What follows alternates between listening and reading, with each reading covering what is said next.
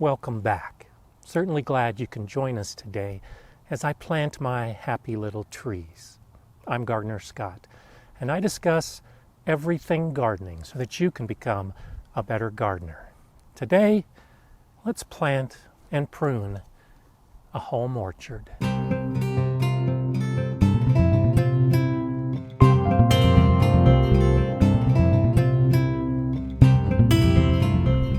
You may have heard of the Chinese proverb that says the best time to plant a tree is 20 years ago. The second best time is now. You can start with just one tree. I have a number of them to start a home orchard, but even with one tree, the steps I'll show you in today's video will be all you need to get started. The steps for actually planting a tree are pretty simple, and I'll show those in a minute. But there's some prep work that needs to be done before you put the tree in the ground. I discussed some of this in my earlier video, and if you didn't see that video about planning your home orchard, I'll put a link to it at the end of this one. One of the things is planning, and I brought with me a brief explanation that I can understand of where I'm going to put the trees, because I've already marked out with these flags the locations. But then I had to go back and look at the individual trees that I ordered to make sure that I put the proper tree in the proper location. That's a very important step. I ordered bare root trees, and that's what I'll be planting today. I've kept the roots moist since they arrived, and now on planting day, I have the trees in a bucket of water. This will help hydrate any of the roots that might have started to dry out during the shipping process or the storing process, and it really helps give them a boost before I put them in the hole. It's only for an hour or two, but especially with a number of trees, it takes a while to plant them. And so I want all of the trees that haven't been planted to stay nice and hydrated until they get their turn. You should avoid planting the trees during the hottest time of the day because they are pretty tender until they get in the ground and start growing.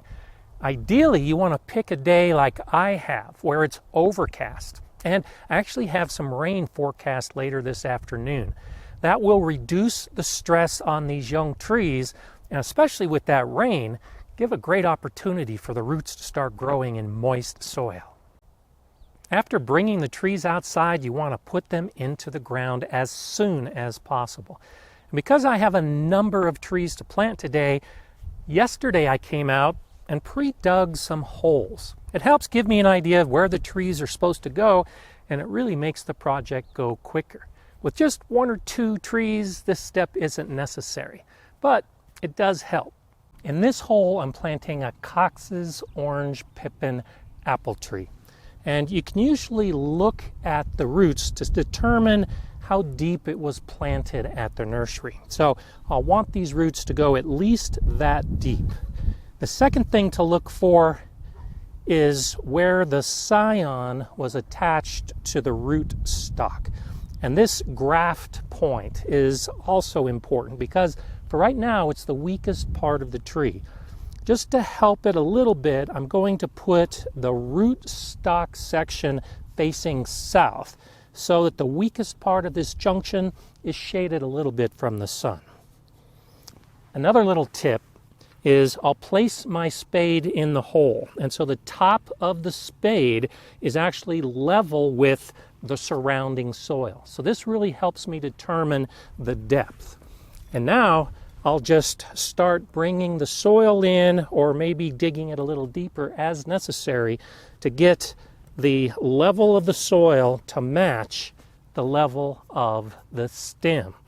It's also very important that this grafting point is not buried. It needs to be above the soil level. I've planted a lot of fruit trees, so this pre-dug hole is pretty close when I compare it with the level of the surrounding soil.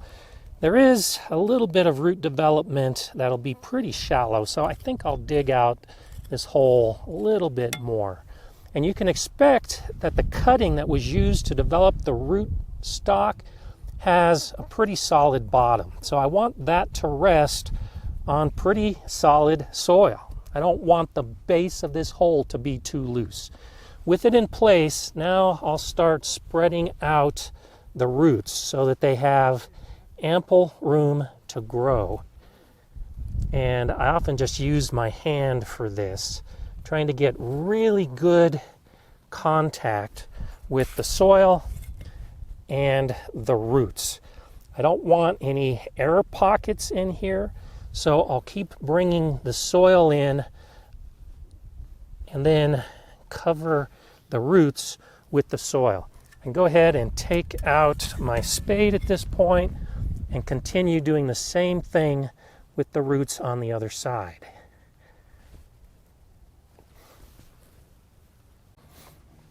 This tree has some pretty long roots. I've already damaged some of them. I want to keep that to a minimum. So I'll give some room for these roots to actually spread out. So digging a trench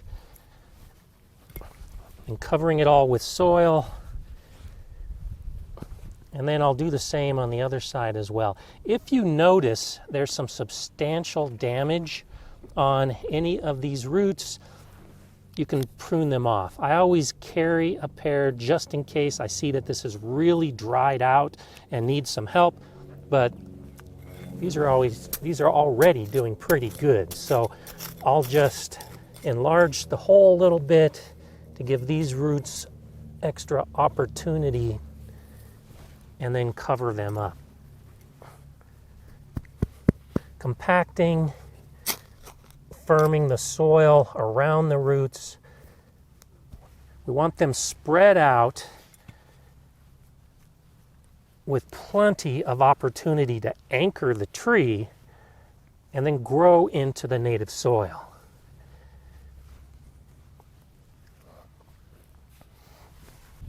So as I finish putting the soil over the roots and firming it down, occasionally I'll stop and look at the tree because I want it to be as vertical as possible at this point. And I can adjust it slightly before everything is firmed completely. And I mentioned the roots growing into the native soil. This is important. You probably noticed I didn't add any compost to this hole. I didn't add any fertilizers because I want the roots to be growing in my native soil from the very beginning. If the hole is filled with nutrition, all that compost and fertilizer, there's no reason for the roots to spread out through the area, which means the anchoring of the tree is going to be pretty weak. So during a big storm and some of the heavy winds I get, this tree as it grows might just blow over because all of the roots have stayed within the hole. So it's just native soil from the beginning and for the rest of the life of this tree. As with any other transplant, I want to water well after putting this tree into the ground. I want the water to soak down all the way to the roots that are at the very bottom. I'll water about an inch or two to start, and then I'll let it drain. I'll come back later, I'll water another inch or two until all of the soil in the area surrounding this tree is pretty moist. If the soil at the bottom is loose, you'll probably get a lot of settling. So it's okay to add more soil. The last step is I build a ring of soil around the hole to form a basin so that when I water really heavily like this, it stays around the tree and can soak straight down. After I'm finished planting and watering, I'll add a mulch. I like to use wood chip mulch. And then after the mulch is in place, I water it in well too. I do have some concerns about the voles and the rabbits possibly chewing through these young trunks. So I've wrapped some of the trees with poultry wire to help reduce that risk. For some of the bigger trees, I'll use this plastic trunk guard.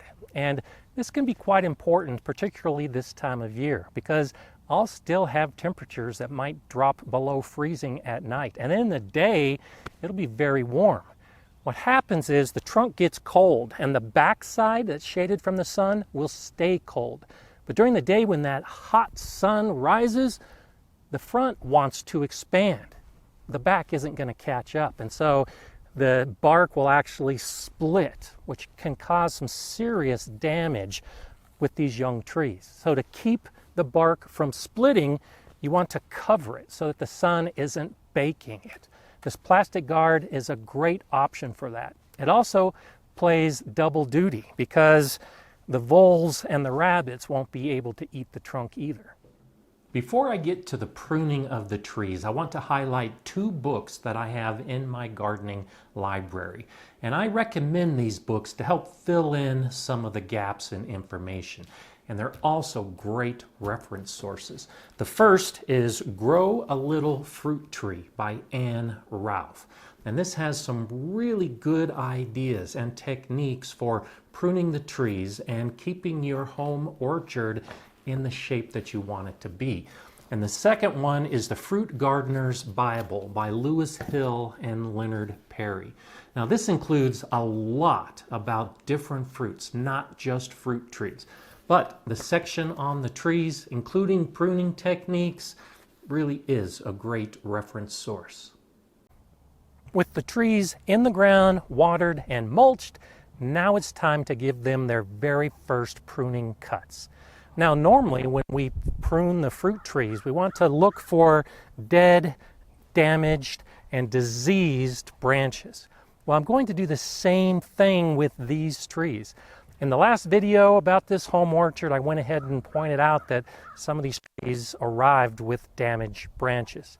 Now I'm going to go tree by tree and look for the branches that I can take out right away.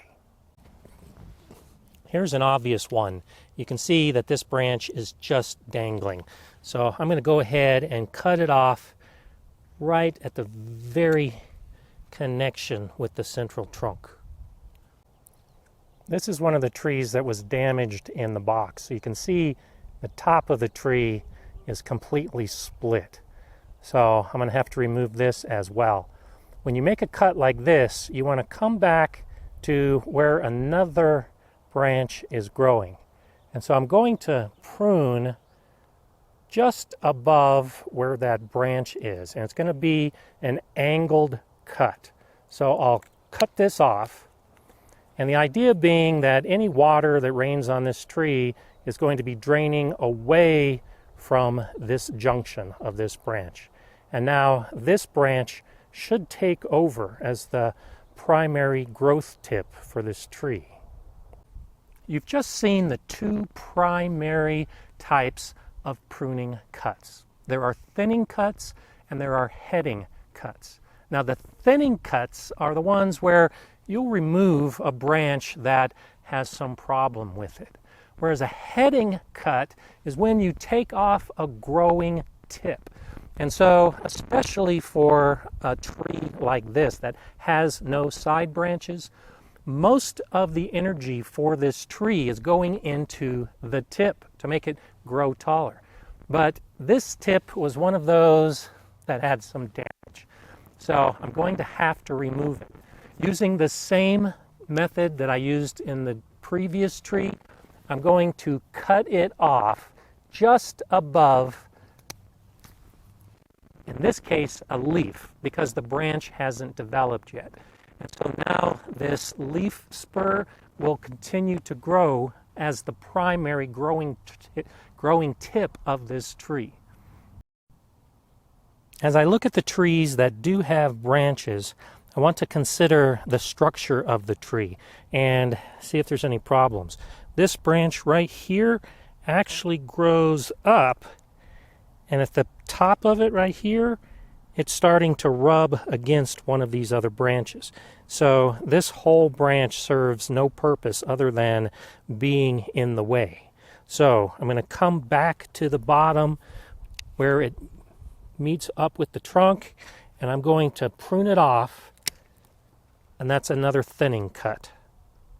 So now that I've gone through the trees and taken out the dead, damaged, and diseased branches and those that are interfering with the growth of others, It's time to start thinking about shaping the trees, because fruit trees really should have a specific shape to get you the best production.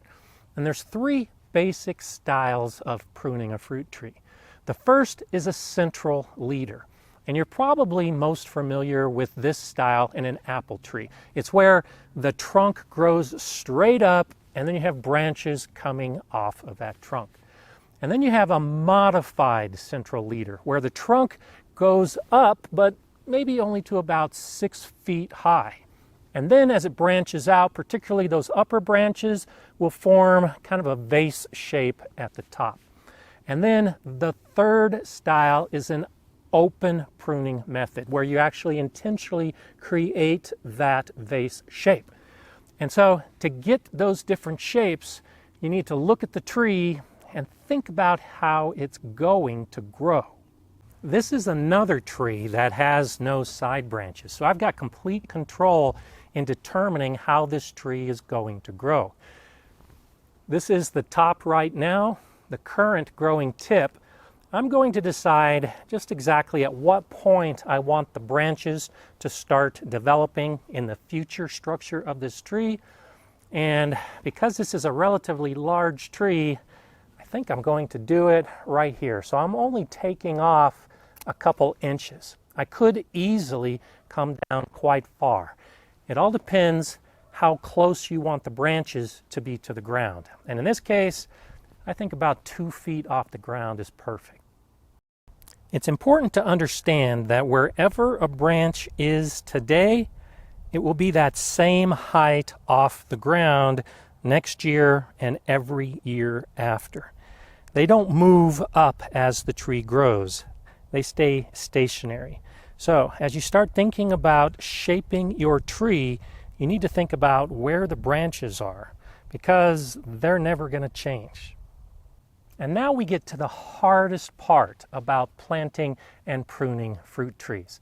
As you look at this tree, it looks like it's perfectly suited to develop a central leader. We have this really nice center trunk, branches coming off in all directions. And if this were an apple tree, I would prune off a few of the side branches, but for the most part, keep this central leader. The problem is that this is a peach tree, and peach trees do better when they have an open center, that vase style, because peaches can weigh a lot and the wood of a peach tree isn't that strong. So if each of these branches were supporting a lot of peaches, it can cause problems with the branches breaking and splitting the tree. So an open center tends to work best on peach trees. The problem is, this is a beautiful tree, and I hate the idea of cutting it, but I'm going to have to because I want to make it open center. So as I look at the branches, I need to think about where I want the vase to form. And since this is going to be a relatively short tree, it's going to end up being about right here. So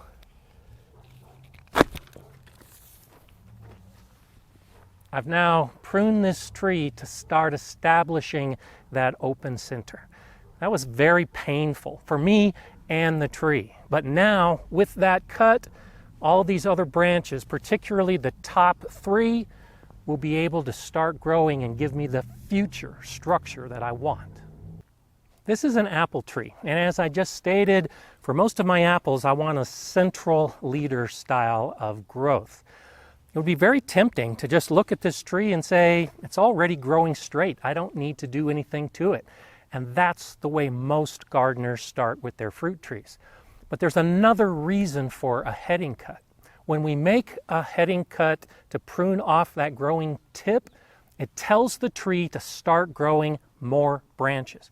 So if I don't do anything to this little whip of a tree, it's going to grow, but who knows how many branches I would get and how big they'll be. And going through the winter into next year, I want as many branches with as many leaves as possible to give this tree some good growth. A heading cut encourages that growth. It makes the tree bushier. So even though it doesn't seem like I need to, I'm going to make a heading cut to encourage the tree now to become stronger and bigger and send out more branches. And next year, with more branches and more growth, I've got better opportunity to start refining the tree and its final shape. And sometimes you'll get a tree that can be confusing because the tree is confused. And it's not as simple as just a few thinning cuts or maybe a heading cut. And this tree is another apple. It's an heirloom apple, and it's been trying to figure out what it wants to do. It has one branch right here that's growing in towards the tree and is interfering with this branch. It doesn't really have a clearly defined central leader. This part right here is mostly the central leader, but there's another branch right here that's competing with it. And there's no branches on this side of the tree, and one branch is sticking off to this side. And so you can be creative and you can be cruel, and sometimes you might need to make some drastic cuts. Because it's just starting to bud and it hasn't sent out a lot of leaves yet, I do have some flexibility. I want this to be a modified central leader tree, so it needs to grow straight for at least 5 or 6 feet before I start making some drastic cuts. Because it doesn't have a central leader, I have to choose one, and I'm going to choose this one. So that means I will cut away this side branch that's competing with it. And so now this becomes the central leader.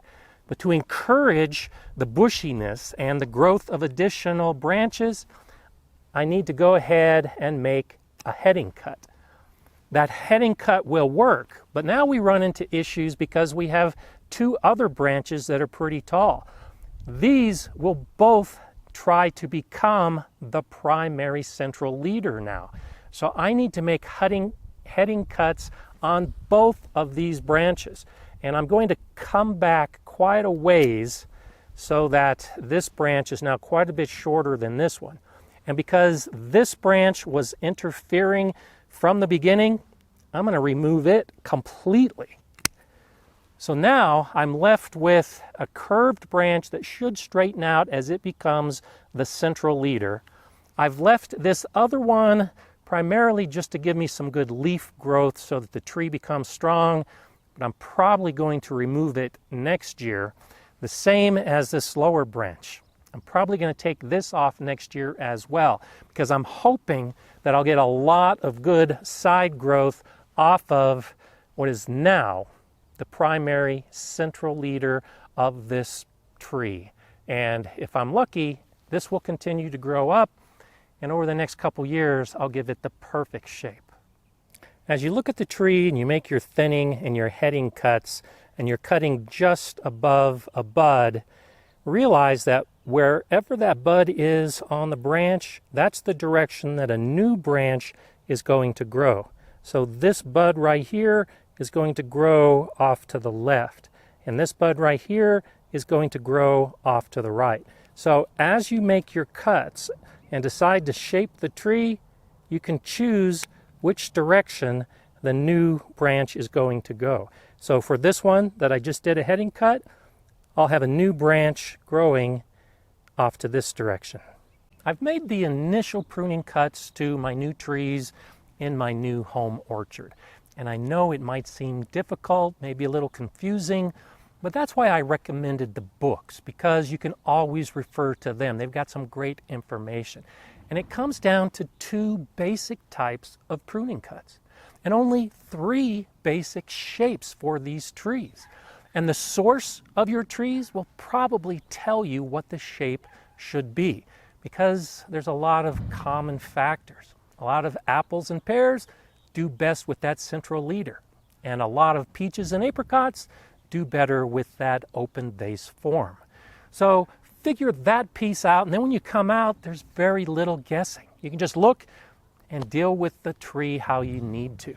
If you have any questions, do let me know below. And if you want more information, well, check out one of these videos. They might help you get on the path to becoming a better gardener. I'm GardenerScott. Enjoy gardening.